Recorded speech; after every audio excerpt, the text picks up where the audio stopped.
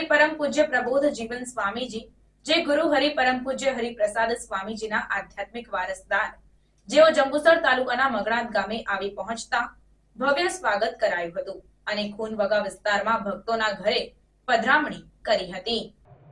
Bike rally સ્વરૂપે જંબુસર મોટા station ખાતે ડીજેના તાલે ભક્તિ સંગીતના સથવારે પહોંચ્યા હતા, જ્યાં સુરહદ સત્સંગ મંડળ જંબુસર પ્રમુખ મકનજી પટેલ, કિશોરભાઈ જડિયા, સોપાન જડિયા, શૈલેષ પટેલ, નિરંજન પટેલ, કલ્પેશ પટેલ, ચિંતન પટેલ સહિત હરિભક્તો ઉપસ્થિત રહી પ્રબોધ સ્વામીજીનું ભવ્ય સ્વાગત સન્માન કરાયું અને આ વિસ્તારના અગ્રણીઓ દ્વારા ઠાકોરજી તથા સ્વામીજીનું પૂજન કરી ઘરે ઘરે પધરામણી કરી હતી।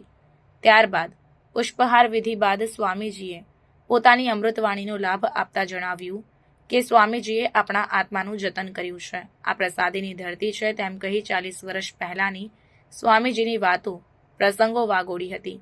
આપણે સ્વામીજીના સંકલ્પે સુખી છીએ। પૂજ્ય હરિપ્રસાદ સ્વામીજીએ વાવેલા બી આજે ફૂટી નીકળ્યા। તેમણે ખૂબ બીડો વેઠ્યો છે, દાખલો કર્યો છે। સંતોને કોઈ સ્વાર્થ નથી। આ અવસર આવ્યો છે, ઋણ વાળવાનો તો સંતો આપણે પણ અધિકાર કરે એવો સંબંધ થાય તો સત્સંગ થયો કહેવાય તથા નિષ્ઠાથી જીવન જીવવા જણાવ્યું હતું।